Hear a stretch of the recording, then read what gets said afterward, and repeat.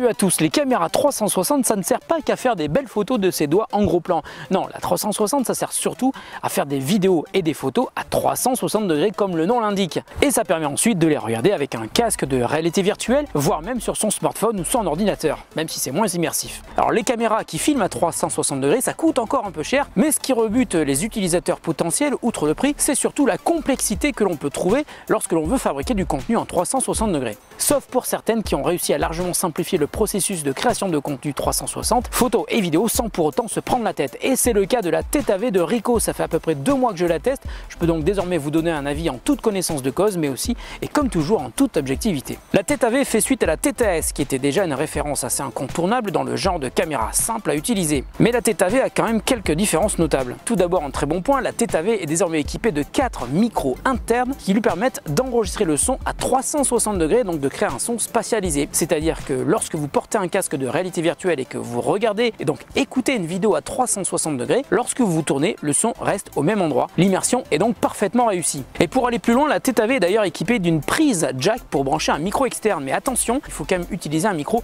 uniquement à 360 degrés qui est dédié à cette caméra, comme par exemple le Ricoh TA1, mais qui coûte environ 200 €. Autre différence avec la Theta-S, sur la Theta-V, il n'y a malheureusement plus de port micro SD, ce qui est assez dommage. Ça veut donc dire qu'il faudra composer avec les 19 Go de mémoire interne pour filmer, et si vous filmez en 4K, eh bien vous n'aurez que 20 minutes d'espace disque disponible. Et oui, car la Theta-V filme désormais en 4K. La qualité globale des vidéos est très bonne. Elle est logiquement meilleure que sur la Theta-S qui ne permettait de filmer qu'en Full HD. La qualité est aussi très bonne en photo et j'ai d'ailleurs été assez impressionné par la qualité en basse lumière. La Theta-V s'en sort super bien avec des images qui ne sont pas trop bruitées, et je parle aussi bien en photo qu'en vidéo. Alors dans ce qui a fait le succès de la Theta-S et qui se retrouve évidemment sur la Theta-V, c'est le stitching automatique. Le stitching, c'est la capacité de pouvoir assembler les images qui sont filmées à la fois par l'objectif avant et l'objectif arrière pour ne faire qu'une seule image. Et d'ailleurs sur le résultat en 360, la liaison entre les deux objectifs est quasiment invisible. Et c'est à mon avis le meilleur argument qui me ferait choisir cette caméra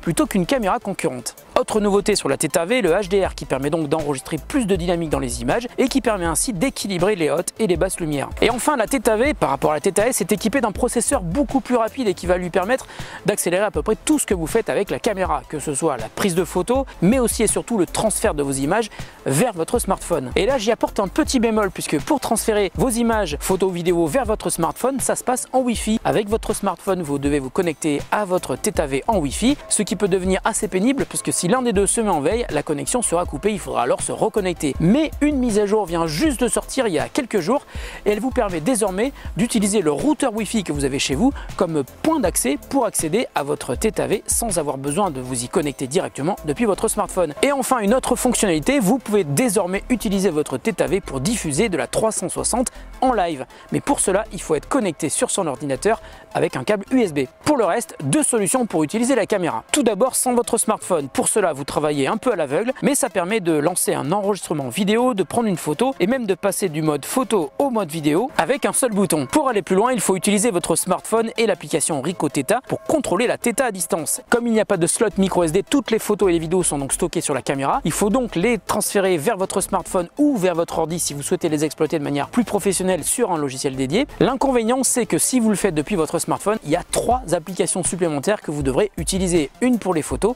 une pour les vidéos et une autre pour gérer l'appareil photo à distance. Pour les photos, il faut utiliser Theta+.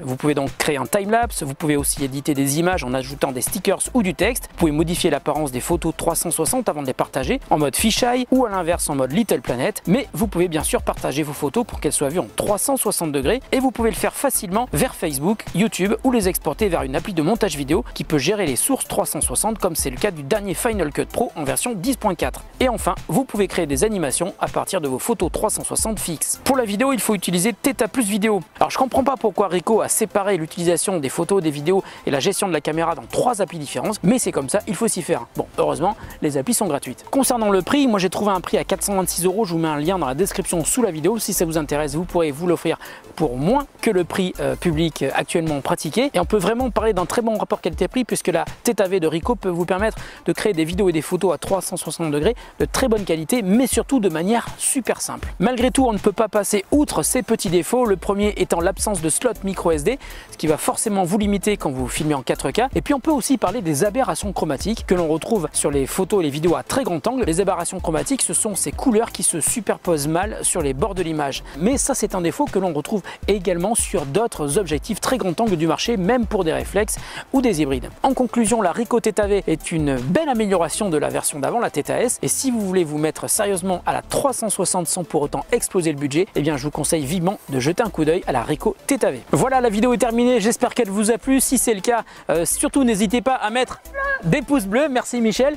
Maintenant je vous laisse, il y a un peu de neige, c'est super joli, donc je vais en profiter pour aller faire des photos et puis tester un autre produit dont je vous parlerai très bientôt sur The Grand Test. À très bientôt, et j'espère que vous allez vite revenir parce qu'on a encore plein de trucs à vous montrer avant que la neige ne disparaisse. Salut, allez viens.